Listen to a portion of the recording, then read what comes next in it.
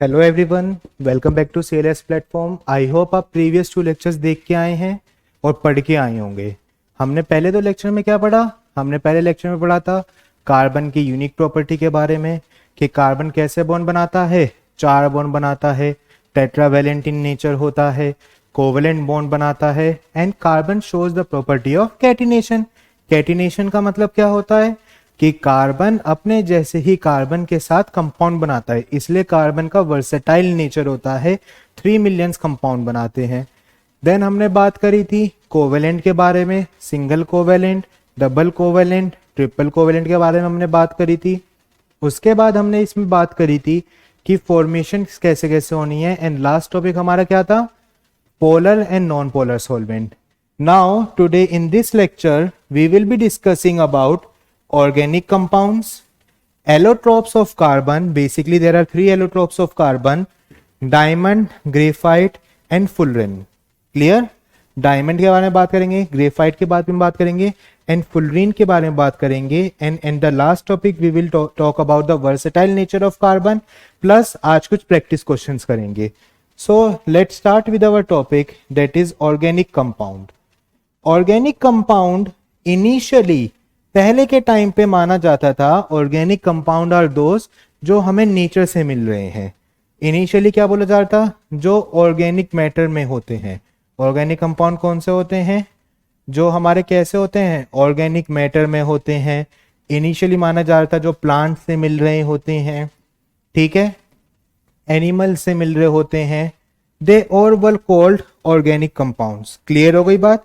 Initial organic compound को हमने माना गया कि ऑर्गेनिक कंपाउंड हमारे क्या होते हैं? जो हमारे ऑर्गेनिक चीजों से मिलके चलते हैं। Then there was scientist Friedrich Wohler. किसका नाम था? फ्रेडरिच वूलर साइंटिस्ट का नाम था, जिन्होंने क्या किया? ही प्रिपेयर्ड यूरिया इन लैब। इन्होंने क्या प्रिपेयर किया? Urea. Urea is basically NH2 that is a organic compound.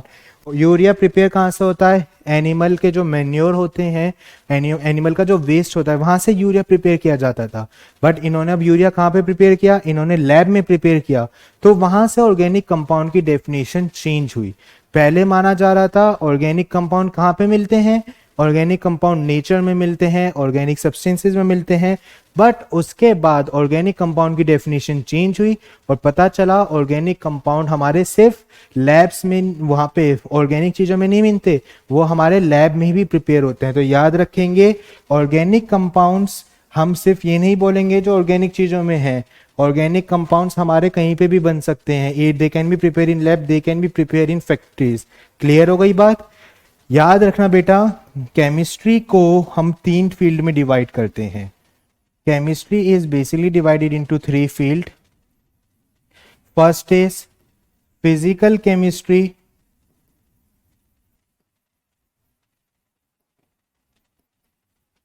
second is inorganic chemistry,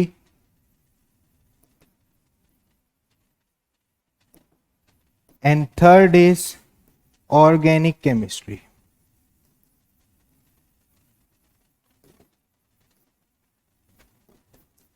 When we are talking about the physical chemistry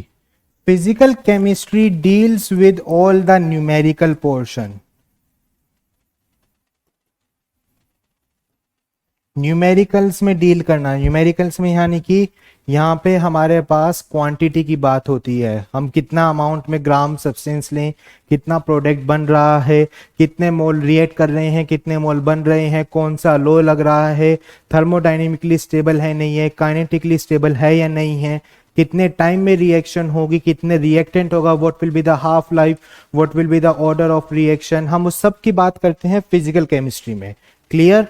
Second is inorganic chemistry and third is organic. Organic chemistry deals with compound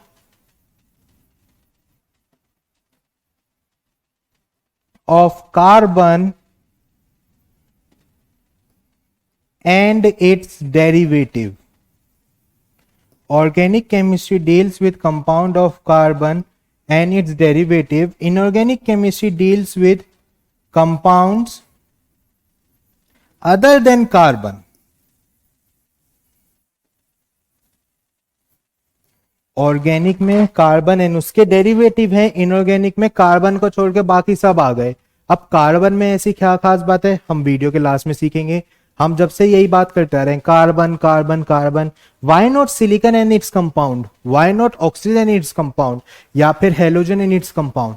हमने carbon को ही इतनी respect क्यों दी, carbon को ही हम इतने ज्यादा detail में study क्यों कर रहे हैं, क्योंकि कार्बन के पास टेंडेंसी है to form multiple bonds with different atoms. That's why there are more than 3 millions of compound of carbon. So organic chemistry हमेशा डील करती है with the compounds of carbon and its derivative. Organic chemistry के हम definition को किस तरीके से लिखेंगे, organic chemistry is a branch of chemistry that deals with the study of carbon and their derivatives. We will not speak that organic chemistry deals with the matter that is present in nature, because Friedrich Wohler ने ये definition गलत proof करी थी by preparing urea in the lab. That's why organic chemistry की definition वहां से क्या हुई, चेंज हुई। Coming toward the next topic of our PPT is allotropes. Allotropes एक इंपॉर्टेंट टॉपिक है, पेपर में ये कई बार पूछा जाता है, what do you mean by allotropes.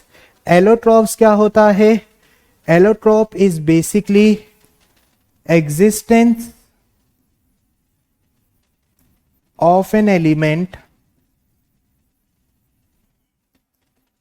in different form। एक एलिमेंट का एग्जिस्टेंस होना in different form, that is called allotrope. Clear हुई बात। एलोट्रोप में क्या होता है, मेरे पास एक एटम है, वो डिफरेंट फॉर्म में एग्जिस्ट कर रहा है, दैट इज कॉल्ड एलोट्रोप्स। हम बात करते हैं यहाँ पे कार्बन के एलोट्रोप्स के बारे में। तो कार्बन के बेसिकली 3 एलोट्रोप्स होते हैं। कौन कौन से हैं, जो मेजर हैं, that is graphite, diamond and fullerene.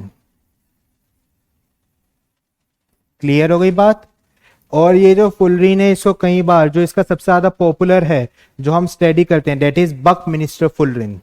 जो फुलरीन है उसी का एक टाइप है बकमिनिस्टर फुलरीन, जिसके बारे में हम स्टडी करते हैं मोस्टली। हमारे पेपर में जो सबसे ज्यादा इंपॉर्टेंट है, that is diamond and graphite. अब हम बात करते हैं कि डायमंड एंड ग्रेफाइट में क्या है। याद रखेंगे तीनों में कार्बन है, इसमें भी कार्बन, इसमें भी कार्बन, इसमें भी कार्बन। बट ऐसा क्या है कि diamond one of the hardest substance on अर्थ है, जबकि ग्रेफाइट इलेक्ट्रिसिटी कंडक्ट कर रहा है, डायमंड इलेक्ट्रिसिटी कंडक्ट नहीं कर रहा। डायमंड टूट नहीं सकता, ग्रेफाइट को यू करो स्लिपरी इन नेचर हो जाता है। ऐसी क्या खास बात है, हम उसके बारे में बात करते हैं। डायमंड के बारे में बात करते हैं। डायमंड में बेसिकली जो कार्बन होते हैं, they arrange themselves in tetrahedral way and in a 3D structure. Tetrahedral shape arrange करते हैं और कैसा कॉम्प्लेक्स बनाते हैं, एक 3D नेटवर्क बनाते हैं। नेटवर्क कैसा बनता है इनका, एक 3D नेटवर्क बनता है। Let's say this is our carbon, ये एक और कार्बन से अटैच्ड होगा, ये एक और कार्बन से अटैच्ड होगा, ये एक और कार्बन से, ये एक और कार्बन से, फिर ये कार्बन आगे जाके एक और कार्बन से, ये फर्दर एक और कार्बन से, ये फर्दर एक और कार्बन से, ये फर्दर एक और कार्बन से, ये कार्बन अगेन आगे जाके फर्दर एक और कार्बन, एक और कार्बन, एक और कार्बन। ऐसे करते करते हमारे पास एक 3D नेटवर्क आता है, जिसकी वजह से डायमंड सबसे ज्यादा स्ट्रॉन्गेस्ट होता है, क्योंकि इसमें 3D नेटवर्क होता है। 3D नेटवर्क होने की वजह से डायमंड की स्टेबिलिटी सबसे ज्यादा होती है, स्ट्रेंथ सबसे ज्यादा होती है, नॉट द स्टेबिलिटी। स्टेबिलिटी गलत वर्ड उसके लिए, यहाँ पे स्ट्रेंथ की बात कर रहे हैं। डायमंड सबसे ज्यादा हार्ड क्यों माना जाता है, क्योंकि इसका नेटवर्क 3D नेटवर्क इतना ज्यादा स्ट्रॉन्ग होता है, उसे ब्रेक करने में बहुत ज्यादा अमाउंट ऑफ एनर्जी चाहिए। होते कार्बन ही है, बट जो उसका नेटवर्क है वो इतना ज्यादा कॉम्प्लिकेटेड होता है कि आप उसको ब्रेक नहीं कर सकते। पेपर में यहां तक इतना बनाएंगे चलेगा, पेपर में आप 3D रिप्रेजेंट करने मत बैठ जाना कि इसको यहां से ज्वाइन करते हैं, इसको यहां से, इसको यहां से। अगर ये करने बैठे तो पूरा पेपर छूट गया। पेपर में 1 मार्क्स का पूछा जाता है, what is the structure of diamond और why diamond is the hardest substance on the earth. तो you have to draw the diagram and say and write that diamond is the hardest substance on earth because diamond from 3D structure and each carbon atom is linked to 4 similar type of carbon, same carbon. जैसे मान लो मेरा ये carbon है, ये वाला भी किसी से अटैच्ड होगा, ये वाला भी सेम, सारे के सारे किसी ना किसी से अटैच्ड होंगे, 3D स्ट्रक्चर बनता है। इसलिए डायमंड सबसे ज्यादा क्या होता है हमारे पास, one of the hardest substance on earth होता है। क्लियर हो गई बात। क्रिस्टलाइन एलोट्रोप होता है। डायमंड क्या होता है, diamond is crystalline allotrope, diamond is crystalline allotrope of carbon, crystalline allotrope of carbon. Diamond क्या है, क्रिस्टलाइन एलोट्रोप ऑफ कार्बन होता है। क्लियर हो गई बात। Diamond is crystalline allotrope of carbon. Diamond transparent होता है। ट्रांसपेरेंट के साथ साथ डायमंड की डेंसिटी हाई होती है, 3.51 ग्राम पर centimetre cube is the density of diamond. Clear हो गई ये बात। डायमंड कहाँ कहाँ यूज होता है, डायमंड हमारा ज्वेलरी बनाने में यूज होता है, सबसे मेन उसका काम यही है, ज्वेलरी बनाने में डायमंड हमारा सबसे ज्यादा यूज होता है। क्लियर हो गई बात। कई बार डायमंड को हम यूज करते हैं for making high precision tools, जो हाई प्रिसीजन टूल्स होते हैं वो बनाने में भी हम डायमंड यूज करते हैं। डायमंड कभी भी तोड़ा नहीं जाता, उसकी कटिंग होती है, तो हम कई बार डायमंड को बहुत अलग अलग इंडस्ट्रीज में यूज करते हैं, बट डायमंड का यूज लिमिटेड है। लिमिटेड होने के पीछे रीजन क्या है, because of expense, it is expensive. Diamond expensive है, नेचर में कम मिलता है, इसलिए डायमंड को हम लिमिटेड, लाइक ज्वेलरी बनाने में ही हमने मोस्टली देखा है डायमंड यूज होता है। बाकी इंडस्ट्रीज में भी थोड़ा बहुत यूज होता है, बट हम इतना डिटेल में उनको यूज पढ़ेंगे नहीं और ना हम उनको यूज करते हैं। Clear. Coming toward the next topic, that is graphite. Graphite is one of the important allotropes. Graphite नाम सुनते ही दिमाग में आ जाएगा एक्सेप्शन, कंडक्ट इलेक्ट्रिसिटी। ग्रेफाइट क्या करता है, conduct electricity. Graphite conduct electricity. Exception है, ग्रेफाइट क्या करता है, इट कंडक्ट इलेक्ट्रिसिटी। अब रीजन क्यों भाई, कार्बन में डायमंड था एलोट्रोप, वो तो कंडक्ट नहीं कर रहा था, ग्रेफाइट क्यों कर रहा है। उसका स्ट्रक्चर देखेंगे तो समझ में आएगा, लेयर स्ट्रक्चर होता है इसका। कैसा स्ट्रक्चर होता है, लेयर स्ट्रक्चर। हेक्सागोनल रिंग की फॉर्म में लेयर्स बनती हैं, हेक्सागोनल रिंग की फॉर्म में लेयर्स बनती हैं। ये पहला हेक्सागोनल रिंग,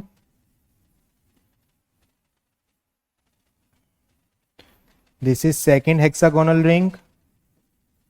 इसने इसके साथ ये यहां, ये यहां, ये यहां, ये यहां और ये यहां रिंग स्ट्रक्चर बनता है। This is called layer structure. Slippery in nature क्यों होता है, ये मेरी पहली लेयर, इसके ऊपर दूसरी लेयर एक दूसरे के ऊपर ऐसे स्लिप करती हैं, that's why graphite is slippery in nature. Next point इसका याद रखना है, it is slippery in nature. Clear हो गई बात। एंड अब ये कैसे एक्सप्लेन करें दैट इट कंडक्ट इलेक्ट्रिसिटी। सबसे पहली बात हमने सीखा था, कार्बन कितने बॉन्ड बनाता है, कार्बन बनाता है 4 बॉन्ड। स्टेबल होने के लिए 4 इलेक्ट्रॉन होते हैं।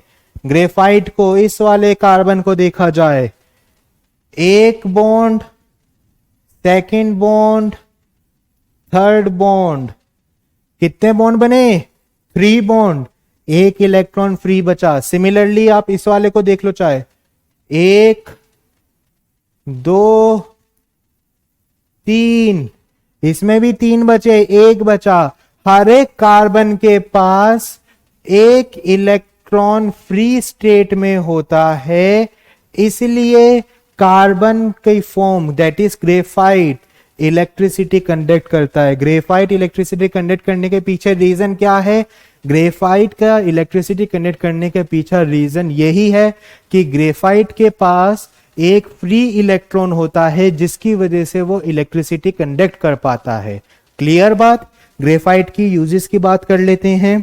ग्रेफाइट हमारा लुब्रिकेंट की तरह यूज होता है, उसके साथ साथ graphite is use in making lead pencils and plus graphite is use in making artificial diamond.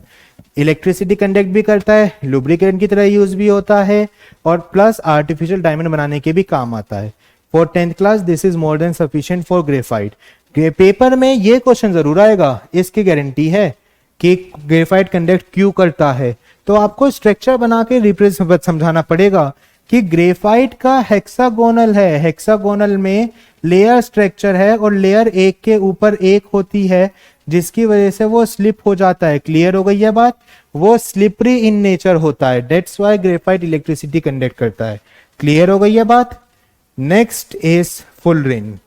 Fullerene paper में कम पूछा जाता है, रीजन स्ट्रक्चर बनाना आम बात नहीं है। जैसे मैं बात कर रहा हूं बकमिनिस्टर फुलरिन की, बकमिनिस्टर फुलरिन, बकमिनिस्टर फुलरिन के अंदर C6 कार्बन की रिंग्स होती हैं, C6 यानी कि 6 कार्बन की एक रिंग होती है और C5 कार्बन की रिंग होती है। क्लियर हो गई बात? C6 की होती है और C5 की होती है। मैं अभी बताता हूं कितने की होती है इसमें। जैसे हमारे पास C60 है, उसके अंदर 12 होती हैं C5 कार्बन की और 20 होती हैं C6 कार्बन की। इसके अंदर 20 रिंग्स होती हैं C6 कार्बन की और 12 रिंग्स होती हैं C5 कार्बन की। C5 यानी कि 5 कार्बन की रिंग और C6 यानी कि 6 कार्बन की रिंग। बकमिनिस्टर फुलरेंस को इमेजिन करने के लिए एक फुटबॉल शेप को अपने दिमाग में रखो। जैसा फुटबॉल शेप में होता है ना, हेक्सागोनल, पेंटागोनल रिंग, एक व्हाइट कलर का पैच, देन एक ब्लैक कलर का, एक व्हाइट कलर का, एक ब्लैक कलर का, एक 6 साइड का बना होगा, एक 5, सेम वैसे ही होता है buckminsterfullerene. Fullerene is a allotrope of carbon. याद रखेंगे, that was discovered in 1985 by 3 scientist, name were Robert F Curl, Harold and Richard. Clear हो गई बात? इसमें हमारे पास अलग अलग टाइप के फुलरीन आते हैं। हमने ये बात करी बकमिनिस्टर C60 फुलरीन है। क्लियर हो गई है बात? ऐसे ही हमारे पास C60 के साथ साथ C70 होता है, C78 भी होता है। बकमिनिस्टर फुलरीन के बारे में हमारे पेपर में इतना डिटेल में नहीं आएगा, बकमिनिस्टर फुलरीन नहीं है हमारे सिलेबस में इतना डिटेल में, बट फॉर कॉम्पिटिटिव एग्जाम इसके यूजेस आपको लर्न करने होंगे। यूजेस कैसे कैसे लर्न हो, क्या क्या यूजेस हैं? ये हमारा लुब्रिकेंट की तरह यूज होता है, it is use as a lubricant, it is use as a semiconductor, clear, and sometimes it is used as a catalyst, also it is used as a superconductor। Clear हो गई है बात? हमारा जो बकमिनिस्टर फुलरीन है ये कहाँ कहाँ यूज होता है? लुब्रिकेंट की तरह यूज होता है, सेमीकंडक्टर, कैटलिस्ट की तरह और सुपरकंडक्टर की जगह। क्लियर हो गई है बात? पेपर में इसका डायग्राम नहीं बनाने को आएगा और ना ही आप बना पाएंगे क्योंकि अगेन 3D है। डायमंड का तो हमने देख लिया कि ऐसे ऐसे बना लेंगे, डायमंड का डायग्राम याद रखना, अगर तुम ये भी बनाया है तो भी कोई दिक्कत नहीं है, टेट्राहेड्रल होता है, ठीक है। और ग्रेफाइट का भी बनाने का है बट इसका नहीं बना सकते हैं। Next is we are talking about the versatile nature of carbon, कि कार्बन में ऐसा क्या खास बात है कि यार 3 मिलियन कंपाउंड्स कार्बन बना रहा है। 3 मिलियन कंपाउंड्स तो बहुत ज्यादा बात हो गई है।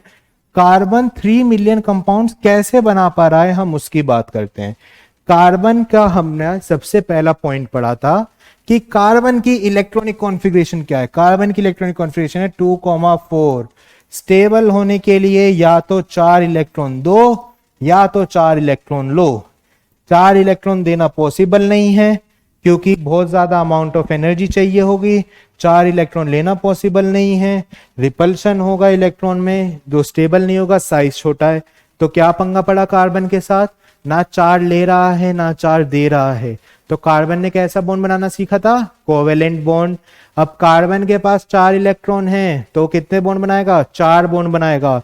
वर्सेटाइल नेचर ऑफ कार्बन में सबसे पहला पॉइंट यही आया कि कार्बन वर्सेटाइल नेचर क्यों है? Because it is tetravalent in nature. कैसा है नेचर में? Carbon is tetravalent in nature. Tetravalent का मतलब होता है ये अपने आप को स्टेबल करने के लिए 4 बॉन्ड बनाएगा। वो 4 बॉन्ड हो सकता है सेम एटम से हो या अलग अलग एटम से हो, या तो वो सेम एटम से हो, फॉर एग्जांपल CA4, या हो सकता है वो CABDF के साथ हो जाए, चारों अलग अलग। क्लियर हो गई बात? या इनमें से कोई 2 सेम हो जाए Ca2BF, ऐसे कर करके कार्बन के पास कई सारे बॉन्ड्स बनते हैं। क्लियर हो गई बात? तो कार्बन में सबसे पहली बात याद रखेंगे, why carbon is versatile in nature, because it is tetravalent in nature. कैसा होता है कार्बन? टेट्रावेलेंट इन नेचर होता है। And second property is catenation. Catenation क्या होता है? Catenation is basically the property जिसमें एक एटम अपने जैसे ही एटम के साथ कंपाउंड फॉर्म करता है। जैसे कार्बन ने कार्बन को लिया, कार्बन कार्बन ने बॉन्ड बनाया, लंबी चेन बन रही है कार्बन कार्बन की। कार्बन अपने जैसे एटम के साथ ही कंपाउंड बना देता है, that is called catenation. That property is called catenation. Carbon जब सिमिलर अपने जैसे ही एटम के साथ कंपाउंड बनाए, दैट इज कॉल्ड कैटिनेशन। याद रखेंगे, कैटिनेशन इज द प्रॉपर्टी जब एक टाइप का एटम दूसरे टाइप के एटम के साथ ही कंपाउंड बनाए और सिमिलर हो दोनों, ये नहीं अलग अलग। जैसे सल्फर, सल्फर S8 बनाता है, 8 सल्फर मिलकर कंपाउंड बनाते हैं, मॉलिक्यूल बनाते हैं। इस प्रॉपर्टी को बोलते हैं कैटिनेशन। कैटिनेशन में लंबी चेन्स बनती हैं। क्लियर हो गई है बात? कैटिनेशन में कैसी चेन बनती है? लॉन्ग चेन फॉर्म हो रही होती है। Clear? Catenation is the property जो कार्बन को हेल्प करती है कार्बन के साथ ही लंबी चेन बनाने के लिए। फॉर एग्जाम्पल, आपने सीखा था एक कंपाउंड दैट वाज C12H22O11। यहां पर देखो कितने कार्बन यूज हो रहे हैं, यहाँ पे 12 कार्बन यूज हो रहे हैं। और ये तो छोटा एग्जाम्पल है, इससे भी बड़े बड़े एग्जाम्पल्स होते हैं जिसमें कार्बन बहुत लंबी चेन बनाता है। कार्बन स्ट्रेट चेन भी बना सकता है, ब्रांचिंग भी कर सकता है, रिंग फॉर्मेशन भी कर सकता है। क्लियर हो गई है बात? स्ट्रेट चेन का मतलब होता है कि भाई कार्बन है, कार्बन ने कार्बन के साथ, कार्बन ने कार्बन के साथ ऐसे चल रहा है। ब्रांचिंग का मतलब होता है कि कार्बन ने क्या किया? ब्रांचिंग का मतलब है कार्बन ऐसा है ऐसा, फिर इसने यहाँ कार्बन ब्रांचिंग कर ली। और रिंग फॉर्मेशन का मतलब है कि कार्बन, एक और कार्बन आया, एक और कार्बन आया, एक और कार्बन आया, एक और कार्बन आया, एक और कार्बन, फिर एक और कार्बन, कार्बन, ऐसे करके रिंग बना ली। ये तो मैंने ऐसी मन से बना ली। सबसे इंपॉर्टेंट रिंग तो बेंजीन होती है रिंग फॉर्मेशन में, जब आप पढ़ेंगे अभी आगे। तो this is called benzene, C6H6। 6 carbon होते हैं और 6 हाइड्रोजन होते हैं इसमें। तो आप जब आगे पढ़ेंगे तो इसके बारे में लेक्चर जैसे जैसे आगे बढ़ेगा तो आप पढ़ेंगे कि कार्बन स्ट्रेट चेन भी बना रहा है, रिंग भी बना रहा है, ब्रांचिंग भी कर रहा है। तो कार्बन इतना खास क्यों है? क्योंकि कार्बन वर्सेटाइल नेचर क्यों शो कर रहा है? पहला पॉइंट याद रखेंगे, टेट्रावेलेंट इन नेचर है। और दूसरा पॉइंट याद रखेंगे, carbon is capable of showing catenation.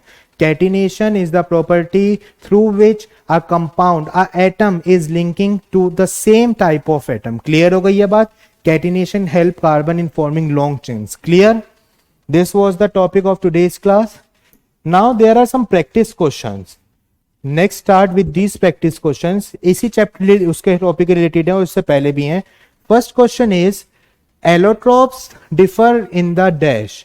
Number of neutrons, number of protons, where their atoms are arranged and number of electrons. अब भाई एलोट्रॉप में नंबर ऑफ न्यूट्रॉन भी कैसे होते हैं? एलोट्रॉप में नंबर ऑफ न्यूट्रॉन एलोट्रॉप के अंदर होते हैं सेम, नंबर ऑफ प्रोटॉन भी सेम, नंबर ऑफ इलेक्ट्रॉन भी सेम ही होते हैं। सो द इसका सिंपल सा है C option, way their electrons are arrange. Clear हो गई बात? नेक्स्ट आता है the number of free electrons in outermost shell of the carbon in diamond is. हम किसकी बात कर रहे हैं? हम यहां पर डायमंड की बात कर रहे हैं कि डायमंड में नंबर ऑफ फ्री इलेक्ट्रॉन्स कितने होते हैं in the outermost shell? 4, 0, 2 या 3। अब सोचेंगे, बच्चा सोचेगा कार्बन है, कार्बन के आउटर मोस्ट में 4 होते हैं, बच्चा करेगा इससे टिक, जो कि हो जाएगा गलत। कार्बन के आउटर मोस्ट में 4 होते हैं, बट यहां पे किसकी बात हो रही है? यहां पे डायमंड की बात हो रही है। डायमंड का स्ट्रक्चर दिमाग में रखिए। डायमंड के स्ट्रक्चर के अकॉर्डिंगली इस वाले कार्बन ने लेट से पहले 2,4 था, बट इसने अब 4 बॉन्ड बना लिए। 4 बॉन्ड का मतलब है कि ये 2,4 नहीं रहा, भी 2 रहा, और आउटर मोस्ट में कितने बचे? 0। The option is B. बेटा always remember to read question carefully. यहां पर कार्बन की बात हो रही है, but the allotrope is diamond. Diamond already 4 बना के बैठा हुआ है इसलिए 0। अगर मान लो ग्रेफाइट होता, ग्रेफाइट ने तो 3 बॉन्ड बनाए, एक बचा, आउटर मोस्ट वैलेंस में 1 होता। क्लियर हो गई है बात? याद से क्वेश्चन ध्यान से पढ़ेंगे तो आपको समझ में आएगा। थर्ड क्वेश्चन कह रहा है solid which is commonly called dry ice. Chemically, chemical name dry ice का CO2 होता है। Class 9 chapter number 1 matter in our surrounding sublimation के नीचे लिखा हुआ है। NCERT बुक उठाएंगे वहां आपको मिलेगा that solid CO2 is also called as dry ice. Sublimation जहां पे चैप्टर नंबर 9 में लिखा है वहां पे मिलेगा। मैंने भी कोई रट्टा नहीं मारा है। जितना आप नॉलेज गेन करेंगे उतना आप उस चीज को याद कर पाएंगे, अच्छे से समझ पाएंगे। अगर बच्चा चैप्टर 9 क्लास 9 ढंग से नहीं पढ़ के आया तो 10th में थोड़ी बहुत तो दिक्कत आएगी। वो क्योंकि कंपाउंड नहीं बना पाएगा, कैटाइन नहीं पता, एनाइन नहीं पता। तो बेटा बेसिक्स क्लियर करते चलिए, बेसिक्स में मत अटकिए। और जिसका बेसिक क्लियर नहीं है मैं उन्हें रिकमेंड करूंगा कि वो पहले बेसिक क्लियर कर लें एक बार। In diamond all the carbon atoms are arranged in octahedral जब होता है, स्क्वायर प्लेनर, लीनियर। लीनियर यानी कि सीधा, सीधा नहीं है, काट दो ये option. Square planar, square planar यानी कि क्या प्लेन की फॉर्म में स्क्वायर शेप? नहीं जी, काट दो। ऑक्टाहेड्रल, क्या 8 फेसेस बन रहे हैं? ऑक्टाहेड्रल का मतलब होता है 8 फेस बनना, ये भी नहीं है भाई। क्या हो गया आंसर? Answer is tetrahedral.